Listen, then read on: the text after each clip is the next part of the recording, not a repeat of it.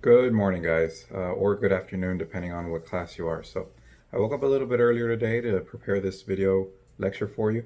And before we get started, I just want to say that any bit of advice that I give you here today, remember that you should discuss it with your loved ones, discuss it with your family, discuss it with your guardians or close, trusted friends. Don't take anything that I say as written in stone.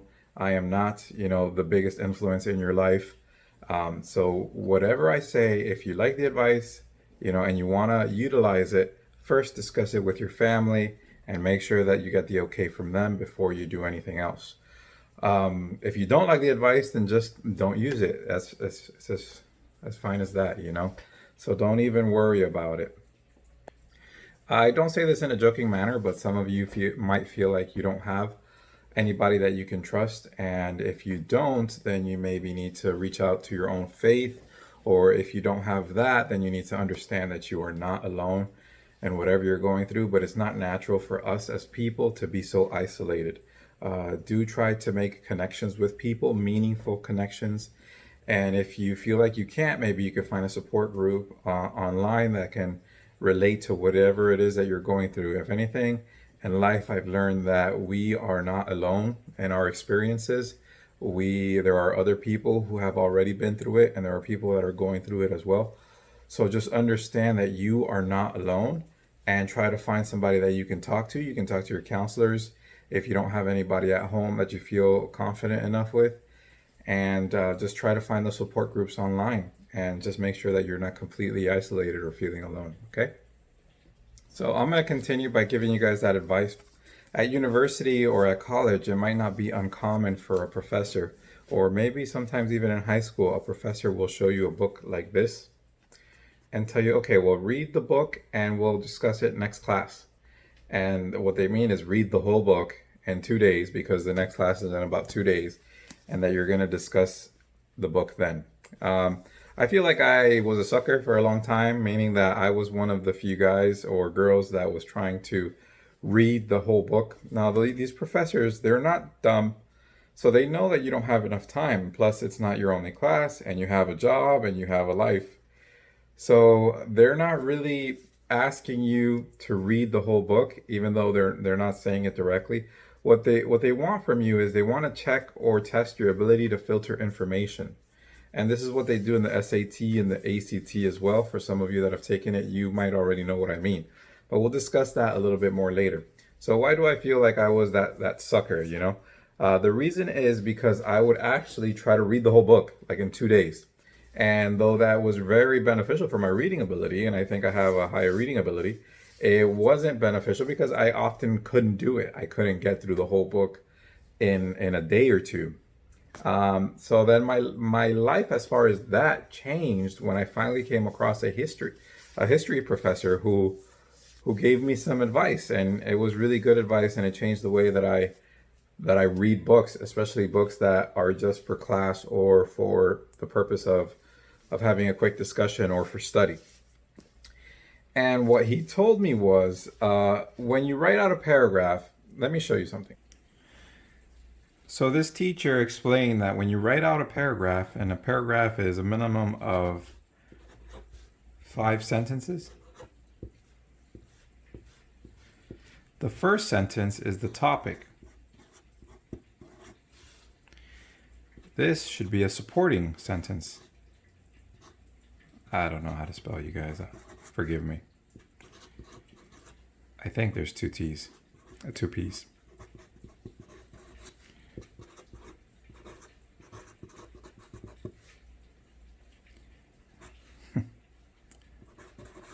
And then the fifth sentence should be the conclusion. So this sentence supports the topic. Same with this one. Same with this one. And then this one concludes. So what does that mean? What does that mean as far as your reading? Well, that means that this sentence will tell you everything that's in here, right? Or at least the main idea. So you could read the topic sentence, right? Only the topic sentence from paragraph to paragraph. and it should make perfect sense. Another thing to consider is when somebody is writing a book, they come up with a series of topics.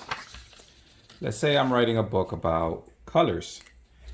So my topics are going to be red, blue, yellow. So if I come up with 3 topic sentences and then later I look for the support of those sentences, I'll say the color red is great.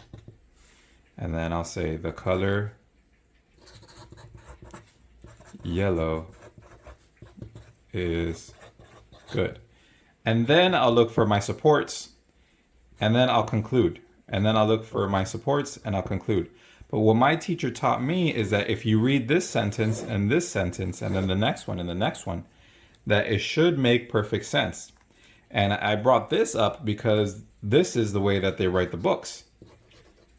And when they write it out, it makes sense. Now, let me give you an actual demonstration. Here I have one of my favorite books that I read in middle school. And we're just going to go to chapter 1. And we're just going to read the first sentence of every paragraph. And you tell me if it makes sense or not.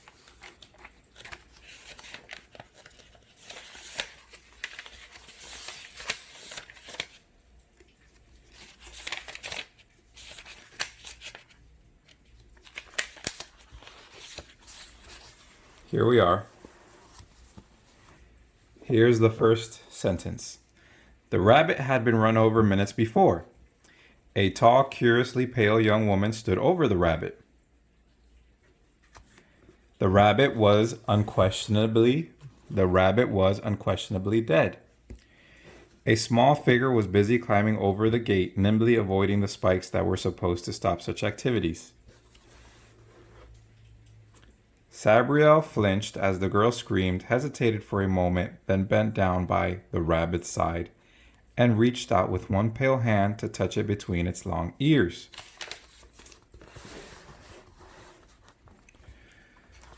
The other girl running saw her suddenly tip forward over the rabbit and topple towards the road, but last minute her hand came out and she caught herself.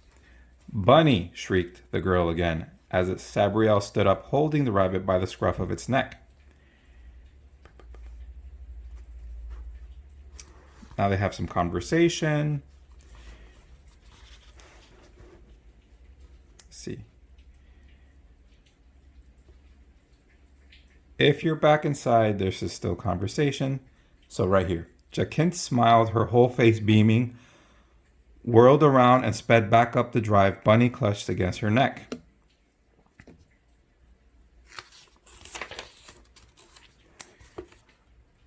At worst, it had been so easy. She had caught the spirit right away at the wellspring of the river and had returned it.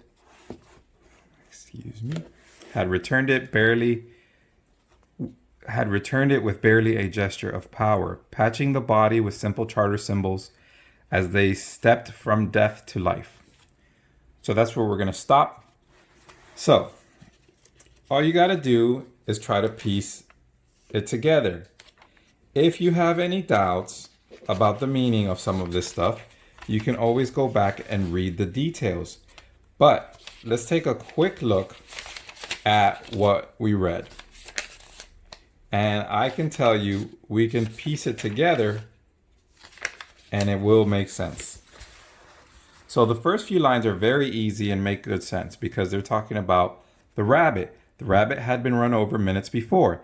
A tall, pale young woman stood over the rabbit. The rabbit was unquestionably dead. A small figure was climbing over a fence, avoiding the spikes that were supposed to stop her. Sabriel flinched as the girl screamed, hesitated for a moment, bent down. So Sabriel is one of the girls, the tall, pale one. She bent down, she touched the rabbit by the side. And then the other young girl screamed rabbit, and then her name is Jacqueline, which is revealed over here. Jacqueline smiled, her whole face beaming, with the rabbit clutched in her neck. Okay, then we go on, and then it starts saying, worse, it had been so easy. She caught the spirit at the wellspring of the river and had returned it with barely any power. So the rabbit was dead. One girl was standing over the rabbit. Another girl was climbing the fence, running towards the other girl. The tall, pale young girl touched the rabbit, and then suddenly the rabbit came back to life. And then we realized that she did it. The wellspring of river had returned it with barely a gesture of power, patching the body with a simple charter symbol as they stepped from death to life. So we read maybe, let's take count.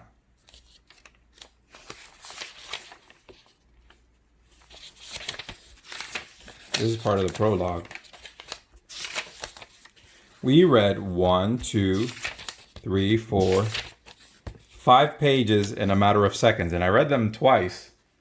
So that is the reading technique. When you have a bigger book, like a science book or something, then what you need to do is you need to figure out what the questions are. This isn't a science book, but it's a big book.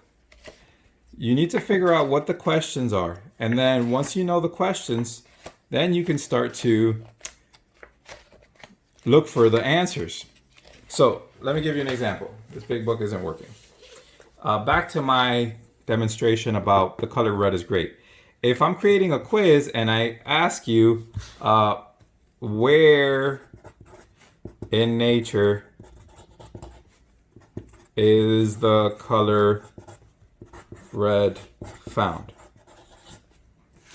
If you come across a paragraph that says, well, the color yellow is good, you know that your answer for this question, where in nature is the color red found, is not going to be in this paragraph. So don't waste your time reading that whole paragraph. If the next paragraph says the color blue, well, that paragraph also doesn't have your answer. You're looking for this paragraph that mentions the color red in the first sentence. The color red is great. And then maybe in the supporting, you're going to find your answer. Roses are red and found in nature. And that's some roses. Some roses are red and found in nature. So then you go back to your question and then you have the answer. But remember what they're testing, that professor that's asking you to read that book, or, ACT, SAT, what they're testing is your ability to filter information. They don't actually want you to sit there and read the whole thing. They just want you to efficiently go through the information and get the good stuff out of it. Right. So I think that's it as far as the reading technique, and hopefully that helps a lot of you. I know that it helped me quite a bit and made things so much easier as far as reading was concerned. The next thing I want to discuss is math. So often I find that math, when I was a student, I thought that I was no good at math until I had a professor at university who changed my mind. And his name was Eric Robles, and he was an amazing professor. And when you guys, especially you seniors that are getting ready to go to university next year, when it's time to sign up for your classes, you need to look up the good professors. And there's a website called ratemyprofessors.com. And if you go to this website, you can search by university or by college. And they have a list of all the staff. And this is like a student created website. So the staff really doesn't have a choice. Like you could add a professor if you want it. And they have different ratings. You want, you must. You want and you must get the professors with good ratings. And that means good ratings for kindness, good ratings for instruction, and read the comments.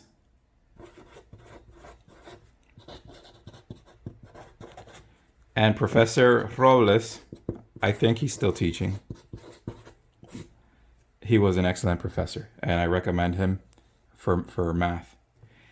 And guys, a good professor can make or break your whole class. And I've seen professors be very mean just for no reason other than to be mean. And it's not the same as a high school class where you have some, power because it's a public forum and you can always ask your parents to say something on your behalf. It's not like that, especially at a private university. Your parents have no power there. So you really have to rely. Of course, a professor can't be abusive either. I've written complaints about professors that I thought were kind of overstepping the line. And one of those complaints was, let me give you an example. So I had a university class and I would regularly show up late to that class because I was working or I had something to do. And then the professor took issue with that. And one day she kicked me out of the class. And I wrote a complaint because I felt like I was the one paying for the class and I should be able to walk in whenever I wanted. It was my money being utilized there. And ultimately they sided with me, and I apologized to the professor. I explained my situation and she understood, and she didn't kick me out of class again. Especially if you're paying for it, that's not fair. At least I didn't think that was fair in that point. But this professor was a relatively new professor, and some professors have something called tenure. And this is very good for the employee because it provides immense job security, meaning it's very difficult to fire a professor with tenure. And these professors, they had been teaching for many, many years, and these are the professors, and I think they're trying to do away with this, but these are the professors that would kind of abuse it a bit. And one professor in particular, he's passed away now, but he was very mean, like on purpose, and I think he would like take pride in trying to make students cry. This was like a sculpture professor. And then no matter how much complaints we filed about him, it didn't matter because he had this, and they couldn't do anything about it. So ratemyprofessors.com for all of you moving on next year to university, or some of you that are already doing dual enrollment. If you have a choice, go to ratemyprofessors.com and make sure you get the best professor possible. You cannot wait to do this, okay? If you have to, the first day of registration, you have to go online or wherever it is you sign up for classes and look for all these professors and get them, because their classes get filled up very, very quickly, okay? Very quickly they get filled, like the first day. And then there won't be any more space for you because a lot of students are doing this. They know, they've already learned. If you wait to see your counselor to sign up for classes, you're the sucker, right? Because it's going to cost you. By then, all of the good classes with the good professors will be filled, and they have to fill those classes with those not good professors, and that's not where you want to be. Trust me. If you're not sure what classes you should take, you should also look up the requirements. Usually they're on the university website. Requirements for graduation for your particular chosen career. And there should be a whole list of items that you need or classes that you need. Usually it's 120 credits, I believe. I don't know if it's 120 classes. It's a lot of classes.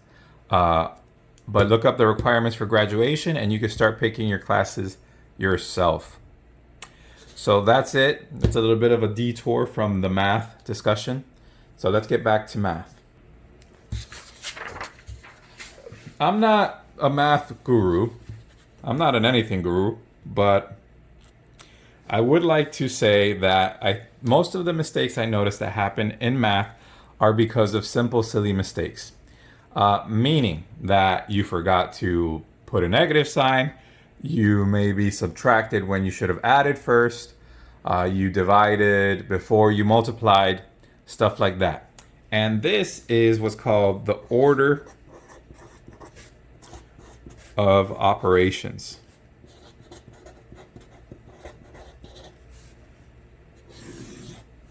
So the order of operations, some of you might know it as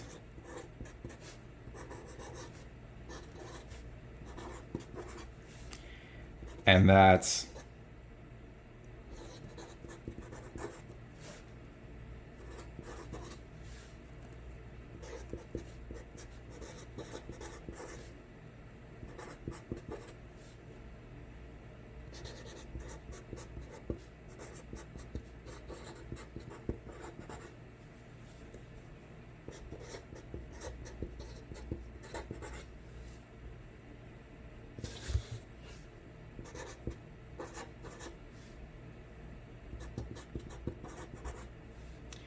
and this is the order of operations. So when you come across a math problem, you need to do what's in parentheses first, then you do what's in exponents, then you multiply, then you divide, then you add, and then you subtract. And there's a cute way to remember this. And I'm sure some of you already know it. Excuse me. And it's please excuse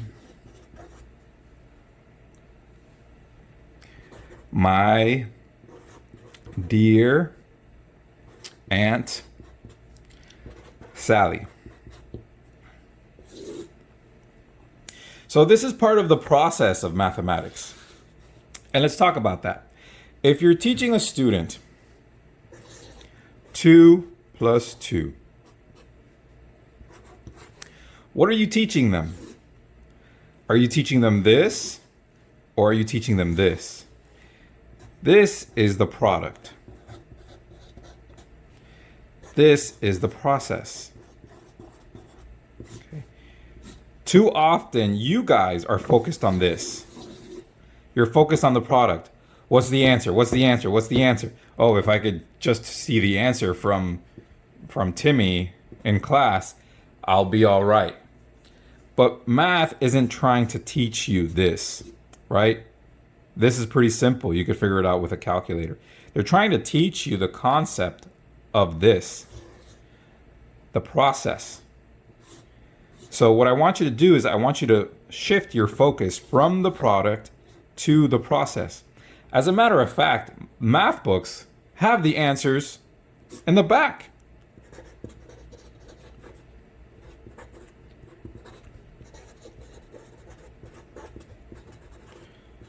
And this is something my professor, Eric Robles, he understood this. And he didn't hide those answers from us. He just sent us straight back there. Go back there and check your answers.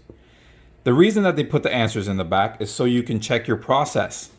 If your answer matches with the answer provided in the back consistently, right? It can't be a fluke. Like you can't have one answer match and then 5 don't, right? Because it should be the same process per chapter. If your answers match consistently, then you know you have the right process. So you guys need to make sure that you have the right process and that you're not looking for the product, right? That's one of the biggest mistakes I see in math. You're so obsessed with finding the right answer that you're missing the point. The point isn't to find the right answer, especially when they give you the answer. The point is to find the right process. So go back and look at it and make sure that you're doing it correctly. And part of that is this. How many of you know this by memory? I asked one class yesterday, and it may be 4 students in the class of 30, 33. All of you should know this by memory, right? I shouldn't have to even mention this. This is something you have to know. If you don't know this by memory and you're taking a test and you just divide before you multiply, your answer is going to be wrong.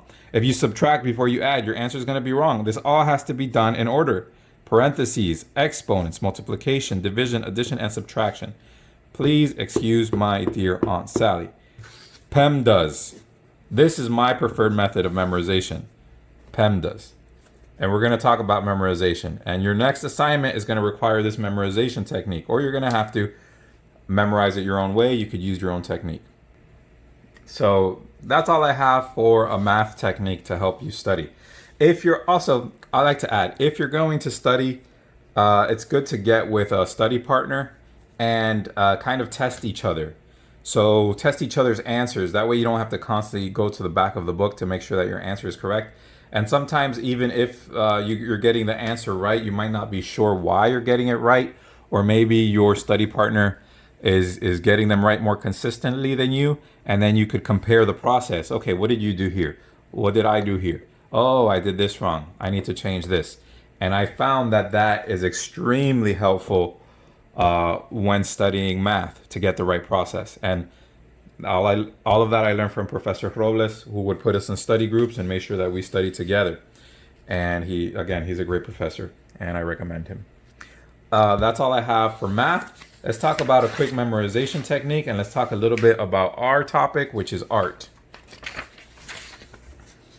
So in art, we have what are called the elements and the principles. So you have the elements, and you're going to have a quiz on this, and the principles.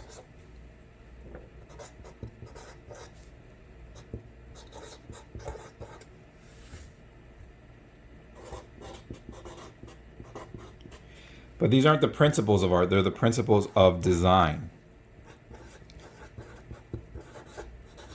So I've heard it been described like the elements of art are the tools of art, right? And the principles of design are how you use the tools.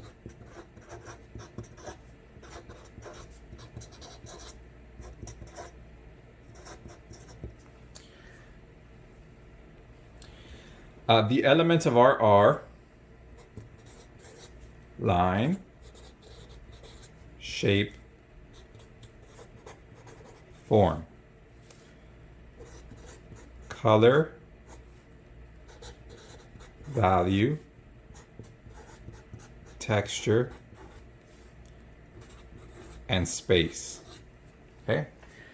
So you can see that I've grouped these together into 3. And we're not missing any, but there aren't any more to make a group of 3 here. And when I'm studying something, let's say I have a list of vocabulary words, I like to group them into 3s because the technique that I'm going to show you works better that way. Then I take the first letter of every word in groups of 3. And I try to memorize that. LSF, CVT, S. So in the example where we were talking about the PEMDAS, I would take these and break them down into groups of 3. PEMDAS. Why would I do that? Because it's much easier to remember LSF than it is line, shape, form. It's much easier to remember CVT than it is color, value, and texture. And it's much easier to remember S than it is to remember space. So during a test, if I had this memorized, then I would relate to whatever topic it was. So this is an art class. So obviously L is going to stand for something relating to art. It's not going to be like lion or, something like that. S is going to be something relating to art. And especially if it was like a vocabulary test, I would just, as soon as I walked into class, I would write the letters on top of the test. And I would always refer back to it to help me study. So what I want you guys to practice as far as this memorization technique is just memorize these letters. And then the rest will come. And the way to do that is just by repetition. Think about it almost like it's very easy to remember a song. Like if I ask you guys to sing your favorite song, you could probably do it no problem. And then if I ask you in 5 years to sing that song again, you could probably do it no problem. So memory works strangely. Like there are parts of the brain that retain memory better than others and for longer. And if you kind of repeat this in kind of rhythm, I guess, I think that's right. LSF, CVT, S. LSF, CVT, S. LSF, CVT, S. LSF, CVT, S. And I've seen this work. Usually we would do this in class. And usually I would come up and just ask you to say it by memory. And the letters, students remember the letters pretty easily, and then it's just pairing the letters. LSF is for line, shape, and form. Of course, you need to look at that too. CVT is for color, value, and texture, and S is for space. So once you're reciting this, if you get stuck, you go back to the letters. So let me give you an example of something I've seen in class. Students will be like line, shape, form, and they'll get stuck here. And then I'll tell them, well, remember the letters color, VT, value, value with an A, texture. A lot of students mess this up. They'll say volume. And then it's often tricky because you have two S's. So that, if you want to put an SP here to help you out, you can, but usually I don't. So that's the memorization technique. And this is what our lessons are focused around. So our very first assignment is going to be line. Then we're going to have an assignment on shape. Then we're going to skip a little bit. We're going to do value. Then we'll come back to form. Then we'll do color. And then we'll do texture. Then we'll do space. And that'll take us about 9 weeks, about mid-year. After that, we'll jump to the principles of design. And the principles of design are PCE, BSH, RUV. Pattern, contrast, emphasis, balance, scale, harmony, rhythm, unity, and variety. Now, if I were to do the whole year, just these, the elements of art and the principles of design, we hardly ever make it to variety because there's just not enough time. I think the farthest we've gotten is rhythm and unity, but sometimes I'll add different lessons. So we'll get to about scale. And that's usually where we get to. So even in 1 year, I don't have enough time to cover all of this. So you guys should study this as well, and you should know both the elements of art and the principles of design. There will be a quiz next week.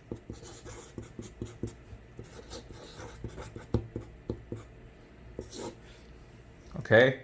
Or there will be, because I can't test you in person, I'm going to have to create a quiz for this next week. All right, now we're going to move on. All right, the next bit, and again, defer to your parents or your guardians on this. Now, I'm a teacher, I'm not rich. Maybe some of you are, some of your parents are, so it's better to take financial advice from them. They may know a lot more than I do. Maybe some of your parents are already investing in the stock market and they have a lot of experience with it. This is for the students who don't, whose parents, maybe aren't rich. So this is about investing and how to invest. And this, especially right here in the beginning, I get this advice from a guy named Jim Rohn, who's also passed away, and you could find him online. And he gives advice. He's like one of these people who towards the end of his life, he was traveling the country, doing seminars, just giving financial advice. But I find that his advice is very logical, and I really kind of adhere to some of it, not all of it. So I'm just going to pass on one of the tips that he's provided, which is called the 70-10-10-10 method. And I only learned about this myself last year. So what is the 70-10-10-10 method? If you watch his video, he starts off by explaining, well, how do we teach kids how to use a dollar? Like, how do you spend $1 to have, or to pursue financial success? And he came up with this method. He said, well, only use 70% of that dollar for your expenses, right? So you need to be able to live off of 70%. He's using $1 metaphorically here. He means 70% of your income. So 70 cents goes towards your expenses of every dollar. So 10% invest it in your own business and yourself. right? And he gave a great example about a farmer. So let's say you have somebody who's farming corn.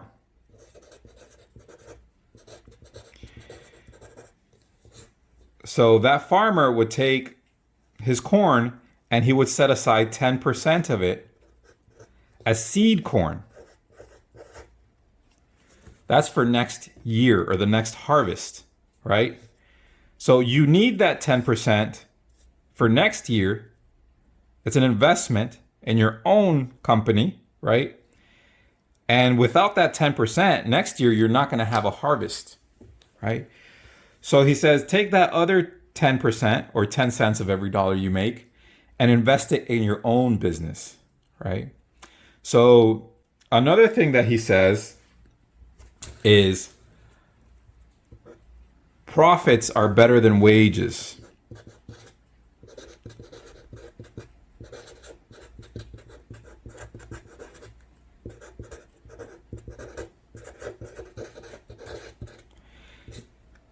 So if you don't have a business or you haven't started a business or you're not thinking about starting a business, start a business, right? You need to make a profit. You need to buy something and sell it for a higher amount. That's the rule of business. Make a profit, right? Profits are better than wages. And that 10%, that farmer, he can't touch that 10%. I don't know if I mentioned this already. If he touches that 10%, it means that he's not going to have a harvest next year. It means that his family might be able to eat that 10% now, but next year, what are they going to do? So that 10%, you can't mess with it, right? It has to be steady and it has to be consistent. The next 10%, he says, invest it in somebody else's business. And this is where we're going to start talking about investing in the stock market and whatnot. So you take this 10% and you invest it in stocks or however it is you decide to invest in hopes that that 10% will also turn a profit in that person's business and that it will multiply and that you're going to have more. So that's 70 cents for your personal expenses, all of them, right? Your food, your gas, your cell phone, your mortgage, going out to eat, going to the movies, all of that has to come from the 70%. 10% you invest it in yourself, in your own business. Think about it as seed for the future. And the other 10% you invest in somebody else's business.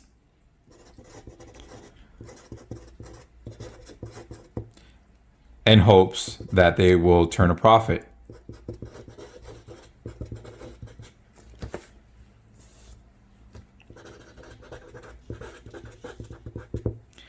And the last 10%, he recommends you donate to charity because he says it's good to be charitable and it's good to make more than you need.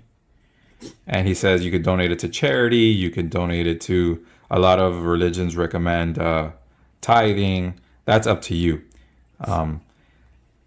Right? So charity. And this can break down however you want it. Maybe you're at a point in your life, or you will be at a point in your life where you can't afford to do that because that 70% isn't enough to cover your expenses. He also talks about, okay, well, maybe you can't do that. So you might have to do 90, where 90% goes to cover your expenses. You might have to, maybe skip out on charity and do 5 and 5. Or don't skip out on charity and, and you do 3, 3, and 3.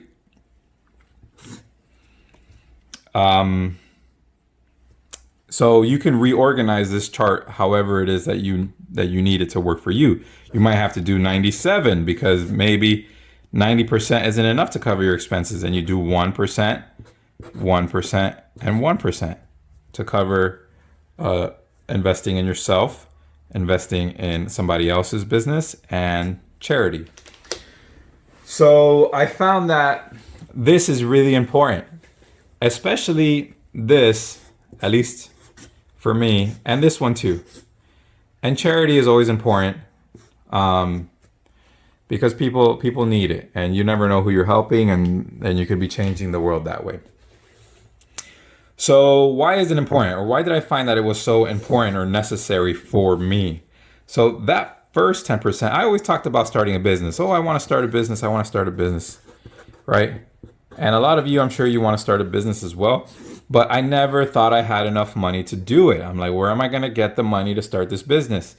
So this finally, and I don't think it's that I didn't have the money. I just think that I wasn't comfortable spending the money, thinking that other things needed to get taken care of. So this put it in place so I can set aside some of my income for specifically for my business. And that way I won't feel guilty about spending that money. The same thing with investing in other people. How much do you invest, right? I think that this method is pretty sound because you're not giving away everything and you're still going to have enough money to live. Like when you get your check, you're not going to put the whole check into the stock market. So you put 10% into the stock market. And in the stock market, you kind of need money to make money, at least make big money. Have you guys ever heard the expression, it takes money to make money? Well, that probably came from the stock market. And I'll talk a little bit about that in a second. And then, like I said, 10% to charity. It's good to be charitable. You never know who needs it, and you never know, you could be changing lives. So let's talk about the stock market. In the stock market, there's different types of traders, and there's different businesses that will let you trade. I trade on Robinhood because they're free. And Robinhood is an app that you can download. Before you download it, talk to your parents. I think you need their permission anyways, and you need to provide your social security, okay? So it's not just something that you can go and do. And you need a bank account. So you need a bank account. You need your social security. And before you do anything like that, talk to your parents about it. And Robinhood is free. They let you trade for free. But there's different types of traders. So if you're going to trade on Robinhood, you have to be what's called a swing trader. The opposite of a swing trader would be a day trader. And there's a lot that I don't know about, which I'm not going to mention here. And I'm not going to tell you what stocks to get into. I'm just going to quickly talk about this. A swing trader is somebody that can only trade from day to day. Meaning, if you bought Tesla today, you have to sell it the next day. A day trader is somebody who trades from minute to minute.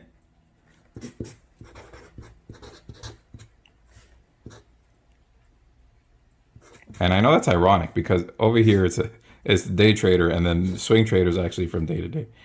So minute to minute.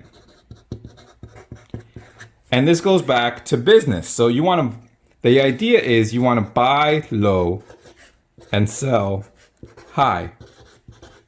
And I'm giving you guys this information because I feel like if I had been investing since I had the opportunity to, I would have made plenty of money.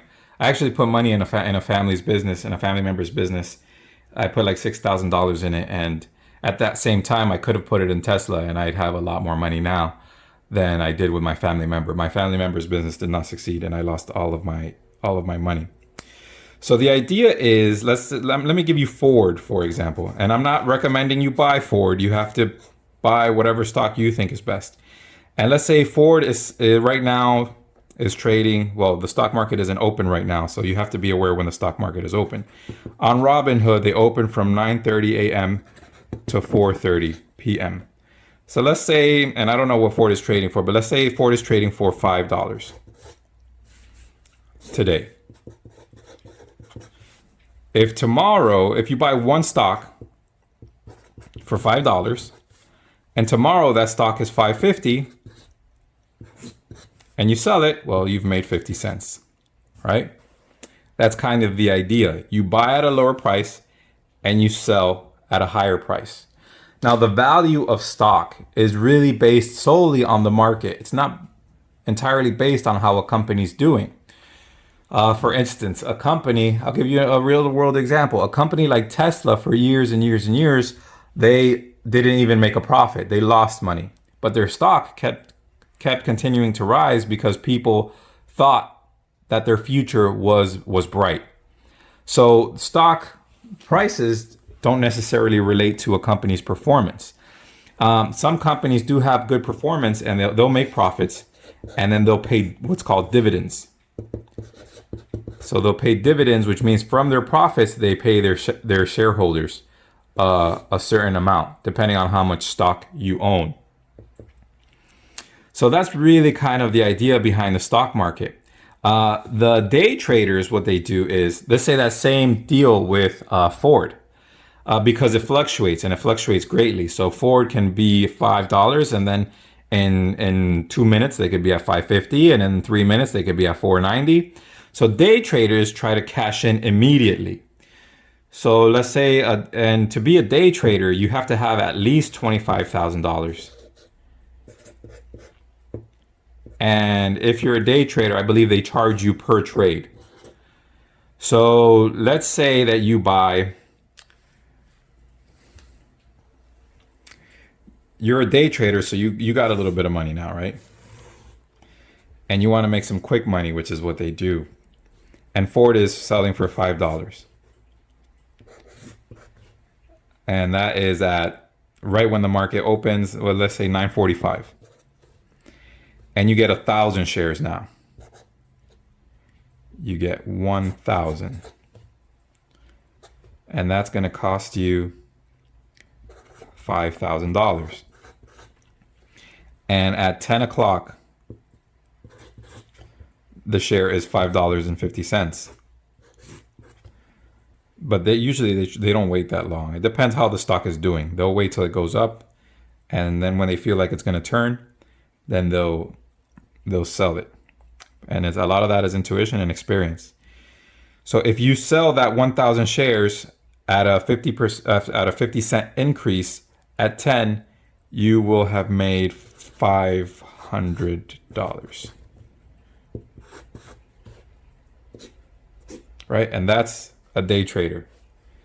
But you do have to keep in mind that the money that you put in does influence the market. So the more people are buying, the stock will tend to decrease. So if you have $5 million and you think you're going to buy 5 million shares of Ford, it might not work the way you think, because this quantity of money is substantial and it will affect the price of the stock.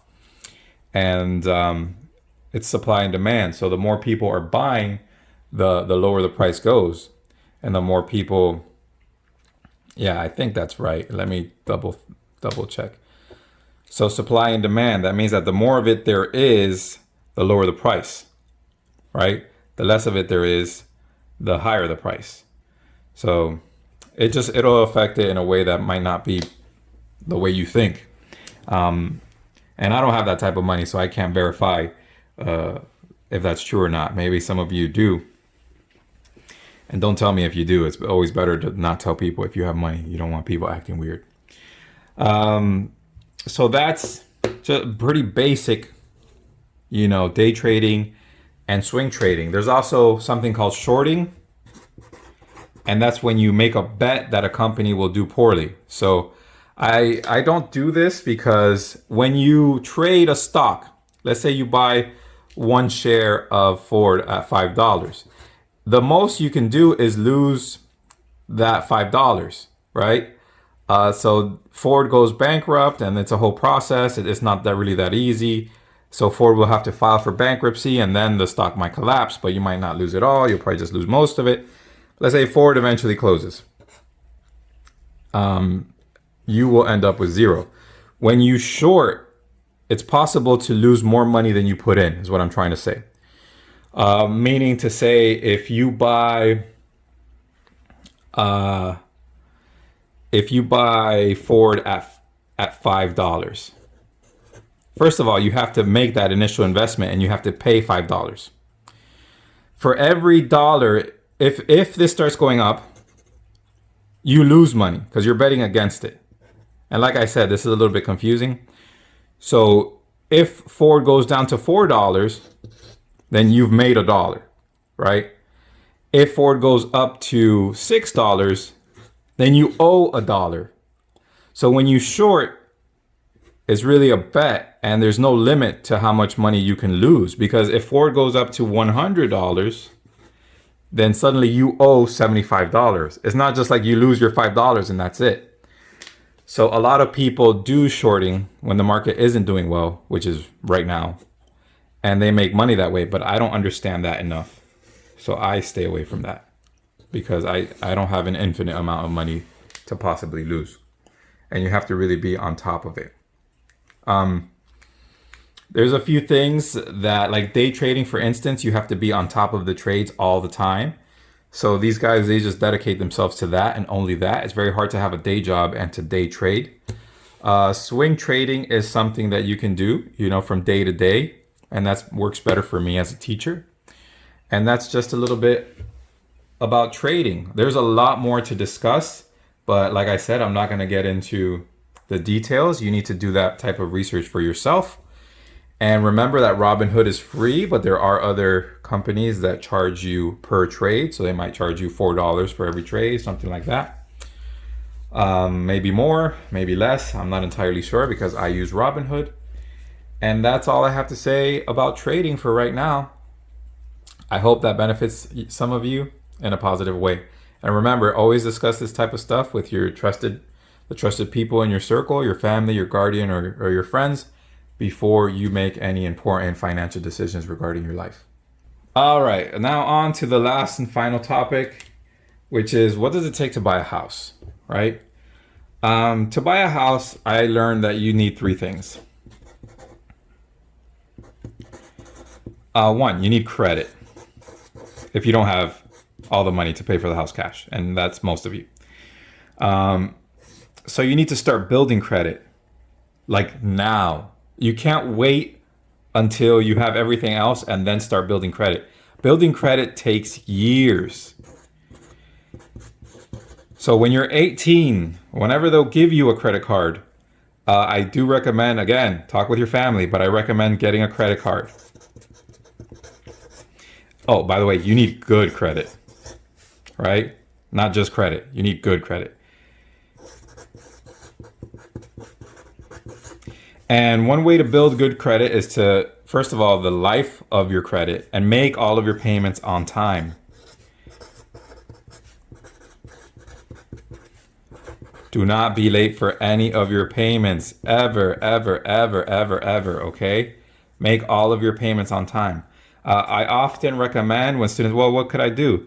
Well, you have monthly expenses already. A lot of you, maybe your first responsibility is paying your cell phone. So what you could do is you pay the cell phone on the credit card, and then you immediately pay off that expense so you don't start accruing debt. If you get a credit card, let's say your first credit card is $500 and you're getting close to maxing it out, like you owe $450 on that credit card, that's going to affect your credit negatively. You want to try to keep your balance less than half. So you never want that credit card to go over $250, let's say. Okay? So avoid high balances on your credit cards because that affects your credit as well. The next thing you need capital. All right? What's capital? Capital is cash. You need money in the bank. So if you want to buy a property, typically what you need is 20% of whatever property you're trying to get. Let's say you want to buy a property that's $100,000. Sometimes you could get away with doing 10%, depending on what type of loan you get, right? So to get this property for $100,000, you need between $10,000 and $20,000 just sitting in the bank, right? And that's just the down payment. You actually need more than that because you need to be able to cover your realtor fees and all the closing costs. So for the closing cost, I would add another $5,000 to $6,000. So you take this quantity and say, if you want to buy a property that's $100,000, you need at least $15,000 just sitting in the bank. And that's to cover your down payment and all of your closing costs. And if you want to do a higher down payment, then make that $25,000 to $26,000. And then let's say the property is $200,000. Well, you need to double that. So you might need $30,000 or close to $50,000. And if you start saving now when you're 18, by the time you get to be, you can actually get that money together. It'll take a few years, but it's not impossible. The last thing you need, in my experience, is a history of steady employment. When I went to get a loan, they ask you for your 2 years. They ask you for 2 years of tax returns. Oh, speaking of taxes, I forgot to mention something very, very important as far as trading. Any profits you make, right, you will be taxed 30%. That's a big tax. So any profits you make in the market, let's say you make $100, 30% of that $100 belongs to Uncle Sam. So don't think that everything you make in profits in the market is just something that you can go and spend. You need to pay taxes. And if you don't pay taxes, then they come and they arrest you. So that's super duper important, right? So history of steady employment. Back to the houses. That means that you can't be jumping around from job to job. That shows job insecurity. The people giving you a loan, the bank wants to know that you can keep a job. And if you were lending out that much money too, I think you would want to know that the person you're lending it to can keep a job. That doesn't mean that you should miss an opportunity though. So let's say you're studying to be a nurse and you're working as a waitress in the meantime. Don't keep your waitress job and sacrifice a nurse position, because your income also factors into how much money they're willing to lend you.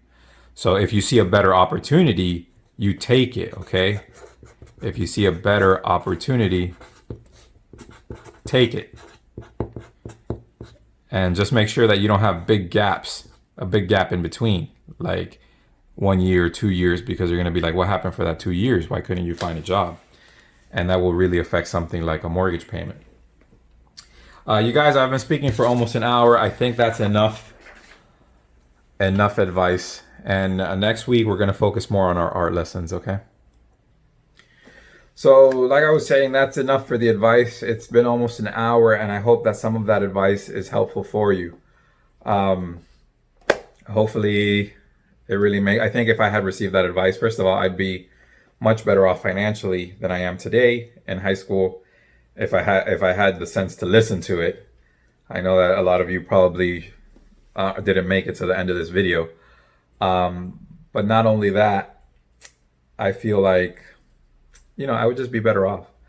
I do want to mention one last thing that I forgot to in the writing, and that's, it's a lot easier to do these things, to invest and to buy a home, if you have the right partner with you. So when you guys are searching for a partner or somebody to be with, do keep these things in mind. It's not just about love, right? Love is very important, but when you get married, for instance, that's like a contract, and that person is more than just love. That person is your business partner and all of these other things. And again, I'm just a guy. Listen to your parents, listen to your loved ones, listen to the people that have been in your life before you make any of these types of decisions. I will see you in class. I hope this was helpful, and have a wonderful rest of your day. At this point, what you need to do is you need to get on there and finish those assignments, as I'm going to be grading them tomorrow. All right, guys, stay safe, take care of yourselves, and I'll see you next time.